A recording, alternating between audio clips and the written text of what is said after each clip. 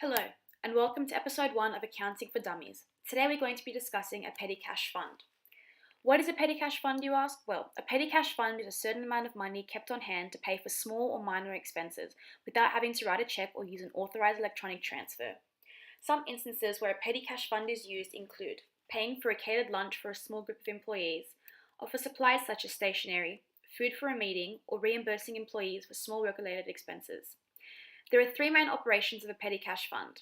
The first is establishing the funds, then making payments from the funds, then replenishing the funds. So the first step of establishing the fund requires a business to designate a specific amount that is to be in the fund. So for our example, we'll be using $500. Then the business must cash a check with this amount, then place this under the care of an appointed person or custodian. Then a journal entry is to be created. For our example today, we'll be using Steph's handbags. So as you can see, on the 1st of June, we have appointed $500 to be in our petty cash fund. So this entry here increases the petty cash and the cash decreases. The second step is making payments from the funds. So in this case, cash is used to pay for the expenditures. There are two main modes of payments. So the first is cash is taken from the fund and payment is made. Or employees can seek reimbursement from the fund for payments they have personally made from their bank accounts. In this case, no journal entries need to be made. However, receipts must be kept by the custodian. The third step of replenishing the fund requires the remaining cash to be counted.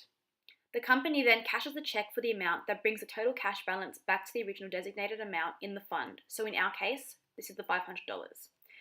The receipts, as we said, must be used for recording expenses. And then a replenishment report is prepared. So as you can see in this replenishment report, the company started with $500.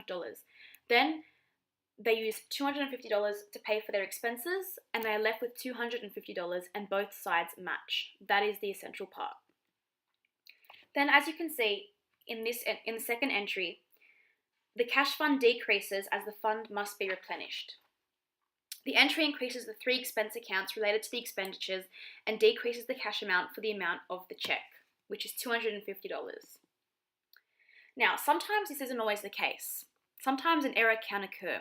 So errors can occur when receipts are not obtained or are lost, or custodians give incorrect change.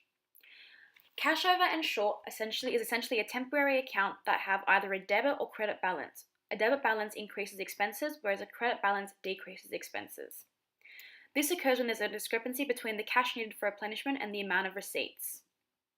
So as you can see in this example, both amounts aren't even. According to the cash that is in hand, more has been spent than according to the receipts.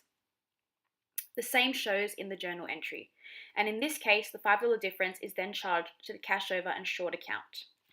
How can a business avoid a cash over and short account? Well, this is done by allowing employees to use their own funds and to seek electronic reimbursement. Or they can use a company credit card, which is becoming increasingly common within the business environment, as a business can track expenditure and the employee can be more easily held accountable for any unauthorized transactions. Thank you for tuning in today. Please join us next week for Accounting Principles.